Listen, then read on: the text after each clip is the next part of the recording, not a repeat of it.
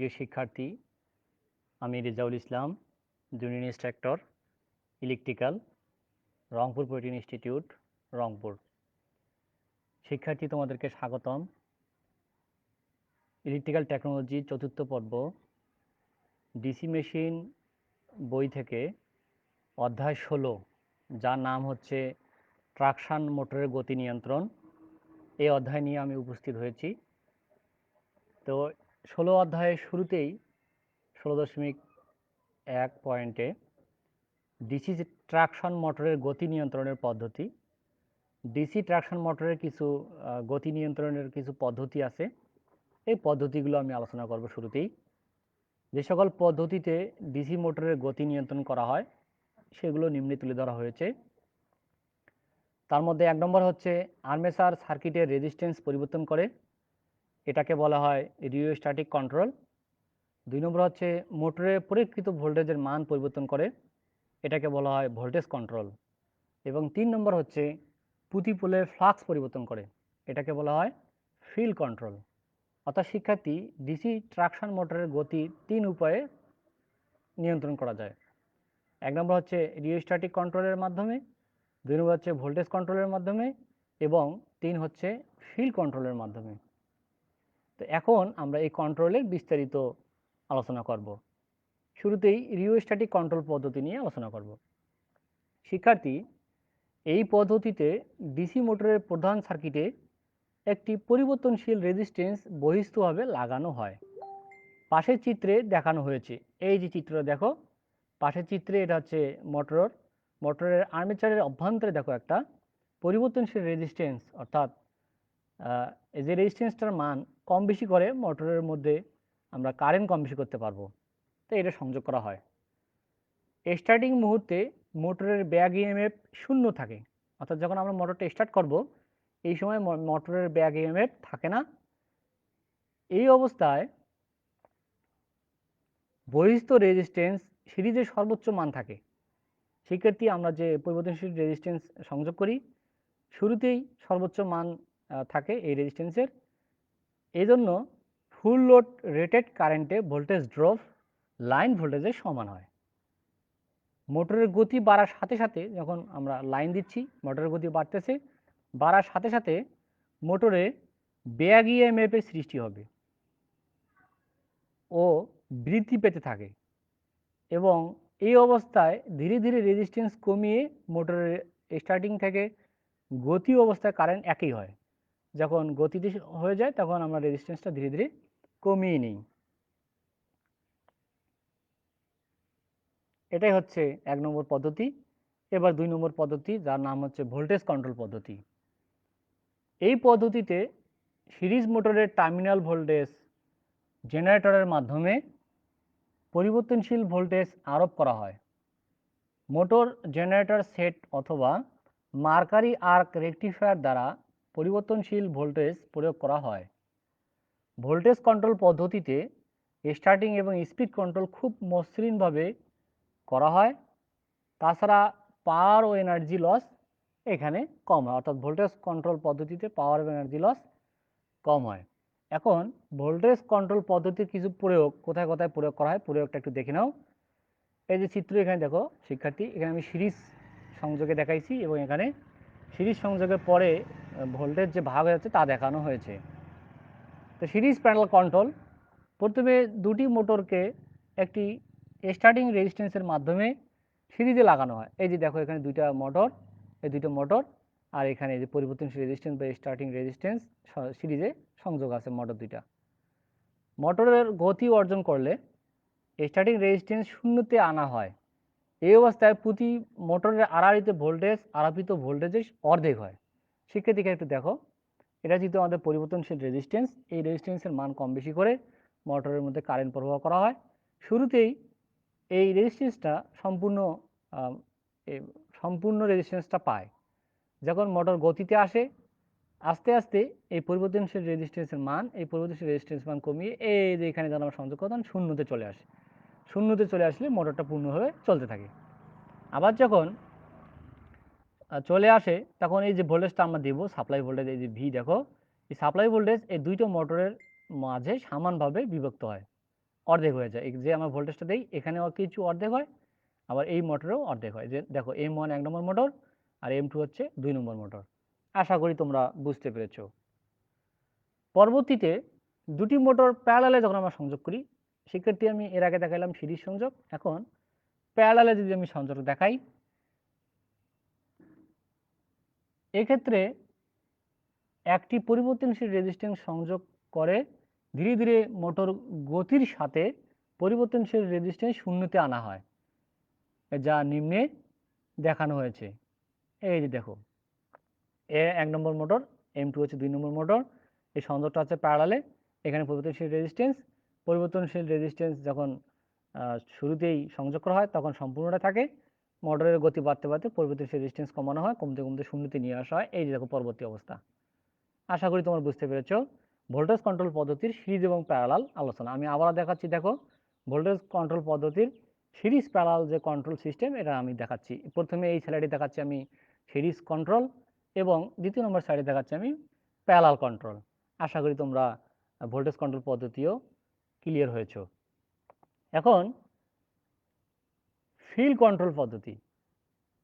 Field control পদ্ধতি আমরা জানি মোটরের স্পিড ফ্লাক্সের উল্টানুপাতিক হিসেবে পরিবর্তিত হয়, অর্থাৎ এন সমানুপাতিক ভি ডিভাইড বাই ফাই। সেক্ষেত্রে এখানে এন হচ্ছে মোটরের গতি, আর ভি হচ্ছে সাপ্লাই ভোল্টেজ, আর ফাই হচ্ছে ফ্লাক্স। সুতরাং ফ্লাক্স কন্ট্রোলের দ্বারা স্পিড কন্ট্রোল করা যায়, যা নিম্ন চিত্রে দেখানো হলো। শিক্ষার্থী, আশা করি তোমরা ফিল্ড কন্ট্রোল পদ্ধতি বুঝতে পেরেছো। এরপরে আসি আমরা 16.2 এই পয়েন্টে ডিসি সিরিজ মোটর চালুকরণ ও গতি নিয়ন্ত্রণ পদ্ধতি। তো 16.2-এ আমরা ডিসি সিরিজ মোটর কীভাবে চালু করব, চালু করার পরে কিভাবে আমরা এই মোটরের গতি নিয়ন্ত্রণ করব আলোচনা করব। শিক্ষার্থী, ডিসি সিরিজ মোটর স্টার্টারের গঠন অনেক সহজ, যা উপরের চিত্রে দেখানো হয়েছে।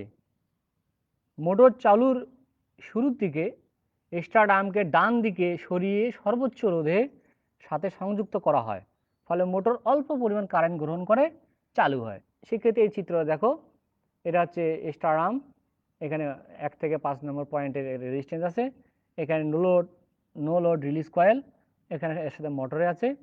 তো শিক্ষার্থী, এই দেখো যখন আমরা এখান থেকে সাপ্লাই দিব, শুরুতেই 1 নম্বর পয়েন্টের সাথে সংযুক্ত থাকে, ফলে সম্পূর্ণ রেজিস্ট্যান্সটাই পায়। পড়ার ফলে অল্প পরিমাণ কারেন্ট এই মোটরটা যায় এবং মোটরটা চালু হয়। তারপর ধীরে ধীরে যখন আমরা এই স্টার্টামের মাধ্যমে রেজিস্ট্যান্সকে ধীরে ধীরে সরানোর ফলে মোটরের মধ্যে পরিবেশ কারেন্ট প্রবাহের সময় রেজিস্ট্যান্স কম পাবে, ফলে কারেন্ট প্রবাহের মান বেড়ে যাবে। বেড়ে গেলে মোটরটি পূর্ণ কারেন্ট পাবে, অর্থাৎ সম্পূর্ণ সাপ্লাই কারেন্টটা পাবে। সাপ্লাই কারেন্ট যদি সম্পূর্ণটা পায়, সেই ক্ষেত্রে মোটরের স্পিড বেড়ে যাবে। এভাবে ডিসি সিরিজ মোটরটা চালু করা হয়। শিক্ষার্থী দেখো, আমি আবারও বলছি, ডিসি সিরিজ মোটর চালুকরণ, অর্থাৎ ডিসি সিরিজ মোটর আমরা কীভাবে চালু করব। তো সমাধানে আসো, এই চিত্রটা একটু খেয়াল করো। এই চিত্রটা হচ্ছে এখানে স্টার্ট আর্ম, এখানে 1 থেকে 5টা পয়েন্ট আছে রেজিস্ট্যান্স পরিবর্তন করার জন্য। এটা হচ্ছে নো লোড রিলিজ কয়েল, আর এটা হচ্ছে তোমাদের মোটর। যখন আমরা সাপ্লাই দিব স্টার্ট আর্মের মাধ্যমে, তখন সম্পূর্ণ রেজিস্ট্যান্সটা কাজ করার কারণে খুব কম পরিমাণ কারেন্ট মোটরে প্রবাহিত হয়। এই অল্প পরিমাণ কারেন্ট প্রবাহিত হয়ে মোটর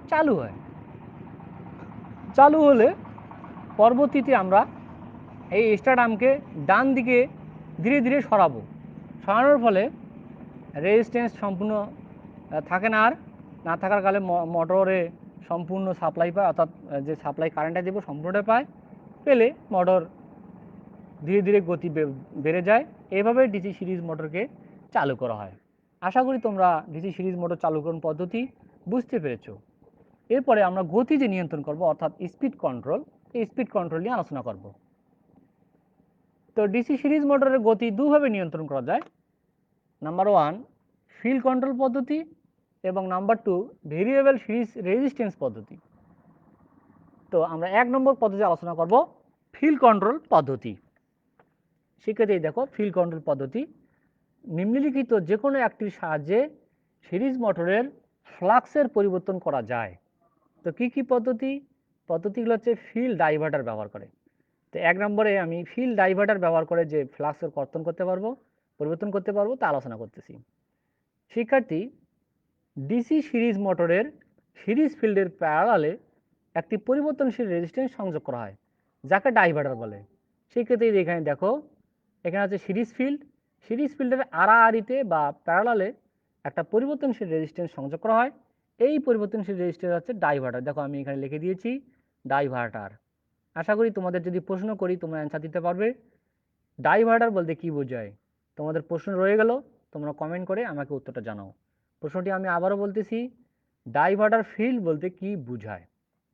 তো শিক্ষার্থী, এই বিস্তারিত পাশের চিত্রে দেখানো হয়েছে ডাইভার্টারকে আমরা অ্যাডজাস্ট করে অর্থাৎ পরিবর্তন করে এর মধ্য দিয়ে পছন্দ অনুযায়ী কারেন্টটা আমরা পাঠাইতে পারবো।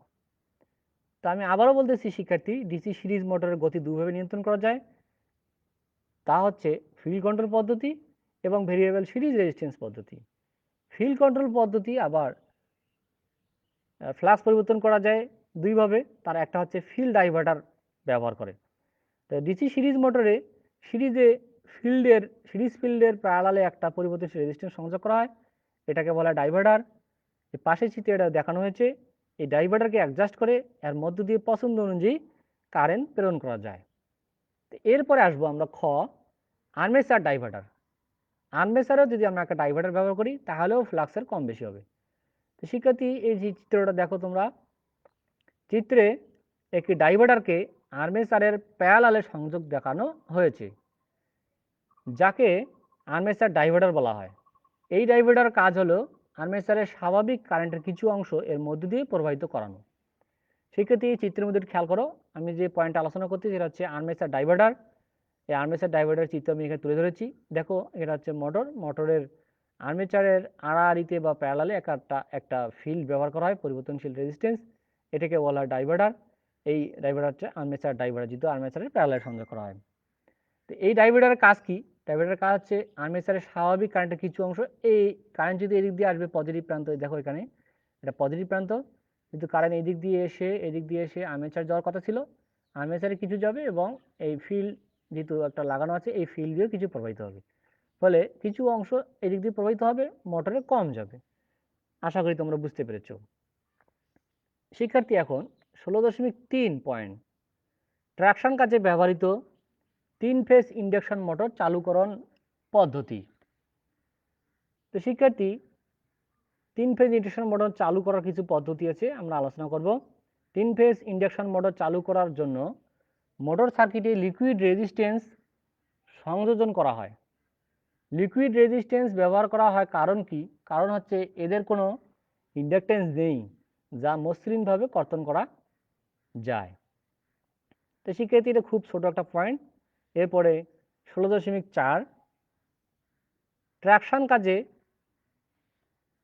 ব্যবহৃত 3 ফেজ ইন্ডাকশন মোটরের গতি নিয়ন্ত্রণ পদ্ধতি।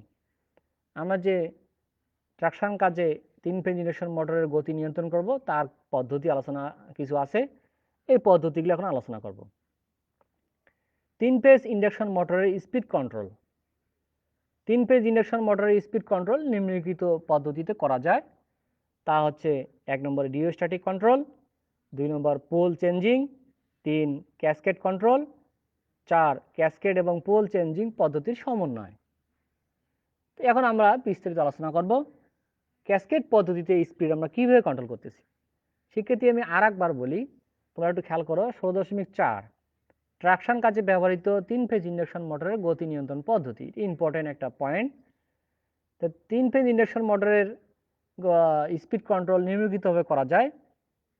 1 নম্বর হচ্ছে রিওস্ট্যাটিক কন্ট্রোল, 2 হচ্ছে পোল চেঞ্জিং, 3 ক্যাসকেড কন্ট্রোল এবং 4 ক্যাসকেড এবং পোল চেঞ্জিং পদ্ধতির সমন্বয়। তো শিক্ষার্থী, এখন বিস্তৃত আলোচনা করব ক্যাসকেড পদ্ধতিতে কিভাবে স্পিড কন্ট্রোল করা যায় অথবা কিভাবে স্পিড কন্ট্রোল করা হয়। এই পদ্ধতিতে দুটি মোটর ব্যবহার করা হয়, যা চিত্রে দেখানো হয়েছে। দেখো, এখানে দুইটা মোটর এই চিত্রের মধ্যে ব্যবহার করা হয়েছে। একটা মোটর সরবরাহের সাথে সংযুক্ত থাকে, অর্থাৎ সাপ্লাইয়ের সাথে সংযুক্ত থাকে, এর রোটরের সাথে অন্য মোটরটির রোটর কাপলিং করা থাকে। প্রথম মোটরের রোটর সার্কিটের সাথে দ্বিতীয় মোটরের স্টার্টার সার্কিট সংযোগ করা হয়। এছাড়াও দ্বিতীয় মোটরের রোটর সার্কিট একটি পরিবর্তনশীল রেজিস্ট্যান্সের সাথে সংযোগ করা হয়। চিত্রে ক্যাসকেড পদ্ধতি বিস্তারিতভাবে দেখানো হয়েছে। শিক্ষার্থী এখানে একটু খেয়াল করো, এই যে সাপ্লাই আমাদের এখানে, এই সাপ্লাই আমরা যখন এই যে 1 নম্বর স্টার্টারে আমরা যখন দিচ্ছি, এর সাথে আর একটা স্টার্টার কাপলিং করা থাকে। আচ্ছা, স্পিডটা কন্ট্রোল করতেছে কীভাবে এখানে একটু খেয়াল করো। এন ইজ ইকুয়াল হচ্ছে 120 F1 divide by P1 plus minus P2, যেহেতু এটা স্পিড মোটরের, তো স্পিডকে প্রকাশ করা হয় RPM দিয়ে, যার পূর্ণ নাম হচ্ছে রোটেশন পার মিনিট। অর্থাৎ 1 মিনিটে এই রোটর কত বার ঘুরতে পারে, কত পাক ঘোরে। আর এখানে F1 হচ্ছে সাপ্লাই ফ্রিকোয়েন্সি, এই যে F1 সাপ্লাই ফ্রিকোয়েন্সি যে সাপ্লাই দিচ্ছি। P1 হচ্ছে প্রথম মোটরের পোল সংখ্যা, আর P2 হচ্ছে দ্বিতীয় মোটরের পোল সংখ্যা। আর এখানে একটু খেয়াল করো শিক্ষার্থী, যদি পজিটিভ চিহ্ন ব্যবহৃত হবে, পজিটিভ চিহ্ন অর্থাৎ এই সূত্রের মধ্যে পজিটিভ চিহ্ন ব্যবহৃত হবে যখন দুটি মোটরের টর্কদ্বয় একই দিকে থাকে, আর নেগেটিভ চিহ্ন ব্যবহৃত হবে যখন মোটরের টর্কদ্বয় ডিফারেন্সিয়াল অবস্থায় থাকে। সেক্ষেত্রে একটু খেয়াল করে, এটি ইম্পর্টেন্ট পদ্ধতি, এটা তোমাদের বোর্ড কোশ্চেনে আসতে পারে। ক্যাসকেড পদ্ধতি স্পিড কন্ট্রোল করা হয়, আলোচনা করো। তো ক্যাসকেড পদ্ধতি স্পিড কন্ট্রোল, এই পদ্ধতিতে দুটি মোটর ব্যবহার করা হয়। একটা মোটর সার্ভারের সাথে সংযুক্ত থাকে, এর মোটরের সাথে অন্য একটা মোটর রোটর কাপলিং করা থাকে।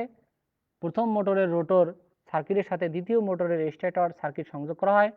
এছাড়াও দ্বিতীয় মোটরের রোটর সার্কিট একটি পরিবর্তনশীল রেজিস্ট্যান্সের সাথে সংযোগ করা হয়, যা এই চিত্রে দেখানো হয়েছে। চিত্রে দেখো শিক্ষার্থী, স্টার্টার 1, স্টার্টার 2, এখানে হচ্ছে রোটর 1 আর রোটর 2, আর এখানে হচ্ছে স্টার্টিং রেজিস্ট্যান্স এর সাথে সংযোগ করা হয়। আর আমাদের এই প্রথম মোটরে এটা সাপ্লাই, 3 ফেজ সাপ্লাই। তো স্পিডটা যে কন্ট্রোল করবো তার ফর্মুলা হচ্ছে N equal 120 F1 divide by P1 plus minus P2, একক হবে RPM। এই মানগুলোই আমাদের ক্যালকুলেশন করলে আমরা এন এর মান পাবো, অর্থাৎ কীভাবে স্পিডটা হচ্ছে মোটরের, এটা আমরা পাবো। আশা করি তোমরা ক্যাসকেড পদ্ধতি স্পিড কন্ট্রোল ক্লিয়ার হয়েছে। তো শিক্ষার্থী, এরপরে বিভিন্ন প্রকার ব্রেকিং পদ্ধতি একটু খেয়াল করো। 16.5 পয়েন্টে হচ্ছে বিভিন্ন প্রকার ব্রেকিং পদ্ধতি। ইলেকট্রিক ট্র্যাকশন কাজে ইলেকট্রিক্যাল এবং মেকানিক্যাল উভয় ধরনের ব্রেকিং পদ্ধতি ব্যবহার করা হয়। শিক্ষার্থী, এই ব্রেকিং পদ্ধতি 5 ধরনের হয়, যথা 1 হচ্ছে electrical breaking, 2 mechanical breaking, 3 magnetic breaking, 4 electromechanical drum breaking এবং 5 মেকানিক্যাল রিজেনারেটিভ ব্রেকিং। শিক্ষার্থী, খুব গুরুত্বপূর্ণ একটা পয়েন্ট। 16.5 বিভিন্ন প্রকার ব্রেকিং পদ্ধতি আলোচনা করো। তো এই ব্রেকিং পদ্ধতি ইলেকট্রিক্যাল এবং মেকানিক্যাল উভয় ধরনের পদ্ধতিতে ব্যবহার করা হয়। তো এই ব্রেকিং পদ্ধতি মোট কত প্রকার? ব্রেকিং পদ্ধতি হচ্ছে মোট 5 প্রকার। তো সেগুলো হচ্ছে electrical breaking, mechanical breaking, magnetic breaking, electro mechanical drum breaking এবং সর্বশেষ হচ্ছে মেকানিক্যাল রিজেনারেটিভ ব্রেকিং। আশা করি তোমরা ব্রেকিং পদ্ধতি গুলো কি কি বুঝতে পেরেছো। এরপরে আমরা আসবো ইলেকট্রিক্যাল ব্রেকিং নিয়ে। তো ইলেকট্রিক্যাল ব্রেকিংয়ের বেলায় ডিসি মোটরে এই ধরনের ব্রেকিং আরোপ করা হয়। এটি আবার 3 প্রকার, অর্থাৎ আমি আলোচনা করতেছি ইলেকট্রিক্যাল ব্রেকিং। ডিসি মোটরে এই ইলেকট্রিক্যাল ব্রেকিং আলোচনা করা হয় অথবা ব্যবহার করা হয়। এটি আবার 3 প্রকার, এবং যথা ক প্লাগিং, খ রিওস্ট্যাটিক ব্রেকিং এবং গ রিজেনারেটিভ ব্রেকিং। তো শিক্ষার্থী, তোমরা জানতে পারলে যে ইলেকট্রিক্যাল ব্রেকিংও আবার 3 প্রকার, তা হচ্ছে প্লাগিং, রিওস্ট্যাটিক ব্রেকিং, রিজেনারেটিভ ব্রেকিং। তো শিক্ষার্থী, এরপরে দেখো 16.6 হচ্ছে ইলেকট্রিক্যাল ট্রাকশনে পাওয়ার সরবরাহের ব্যবস্থা। ইলেকট্রিক্যাল ট্রাকশনে আমরা যে পাওয়ার সরবরাহ করি তার কিছু ব্যবস্থা আছে। পাওয়ার সরবরাহের দুইটা পদ্ধতিগুলো হচ্ছে কন্ডাক্টর রেল সিস্টেম এবং দুই হচ্ছে ওভারহেড সিস্টেম। সেক্ষেত্রে এখানে আমি আর একটু তোমাদের ড্রপ করি। এই যে ব্রেকিং পদ্ধতি গুলো তোমরা আরও বিস্তারিত পাবে বইয়ের মধ্যে, তোমরা একটু দেখে নিবে। আমি চলে গেলাম 16.6 ইলেকট্রিক্যাল ট্রাকশন পাওয়ার সরবরাহের ব্যবস্থাতে। তো পাওয়ার সরবরাহের ব্যবস্থা হলো দুইটা। আমরা যে ইলেকট্রিক ট্রাকশনে পাওয়ার সরবরাহ করি, দুইটা উপায়ে পাওয়ার সরবরাহ করতে পারি। এক হচ্ছে কন্ডাক্টর রেল সিস্টেমের মাধ্যমে, দুই হচ্ছে ওভারহেড সিস্টেমের মাধ্যমে। তো শিক্ষার্থী, কন্ডাক্টর রেল সিস্টেমে আমরা কিভাবে এবং ওভারহেড সিস্টেম কিভাবে পাওয়ার সরবরাহ করি এখন আলোচনা করব। তো শুরুতেই কন্ডাক্টর রেল সিস্টেম। বৃহৎ ইলেকট্রিক ট্রাকশন সিস্টেমে এই পদ্ধতি ব্যবহৃত হয়। বড় বড় যে ইলেকট্রিক ট্রাকশন সিস্টেম আছে সেই সিস্টেমগুলোতে কন্ডাক্টর রেল সিস্টেমটা ব্যবহার করা হয়। এই ক্ষেত্রে কারেন্ট একক রেল কন্ডাক্টর অথবা দুটি রেল কন্ডাক্টরের সরবরাহ দেওয়া হয়। একক রেল কন্ডাক্টরে রিটার্ন পাথ হিসেবে ট্রাক রেল ব্যবহৃত হয়। রেলগুলো ইনসুলেটরের উপর স্থাপিত অবস্থায় ট্রাক রেলের সমান্তরালে থাকে। সেক্ষেত্রে আমি আবারও বলছি, কন্ডাক্টর রেল সিস্টেম নিয়ে বৃহৎ ইলেকট্রিক ট্রাকশন সিস্টেমে এই পদ্ধতি ব্যবহৃত হয়, অর্থাৎ কন্ডাক্টর রেল সিস্টেম সবচেয়ে বড় বড় ইলেকট্রিক ট্রাকশন সিস্টেমে ব্যবহৃত হয়। এই ক্ষেত্রে কারেন্ট একক রেল কন্ডাক্টর অথবা দুটি রেল কন্ডাক্টরে সরবরাহ দেওয়া হয়। একক রেল কন্ডাক্টরের রিটার্ন পথ হিসেবে ট্রাক রেল ব্যবহৃত হয়। রেলগুলো ইনসুলেটরের উপর স্থাপিত অবস্থায় ট্রাক রেলের সমান্তরালে থাকে। এবার ওভারহেড সিস্টেম। 1500 ভোল্ট কিংবা এর ঊর্ধ্বে অর্থাৎ 1500 ভোল্টের বেশি ভোল্টেজ প্রয়োজন যদি হয়, সেক্ষেত্রে ওভারহেড সিস্টেম গ্রহণ করা হয়। তাহলে এখানে একটা প্রশ্ন রয়ে যায়, ওভারহেড সিস্টেম আমরা কখন গ্রহণ করব? 1500 ভোল্টের ঊর্ধ্বে যদি হয় অথবা 1500 ভোল্ট। ওকে,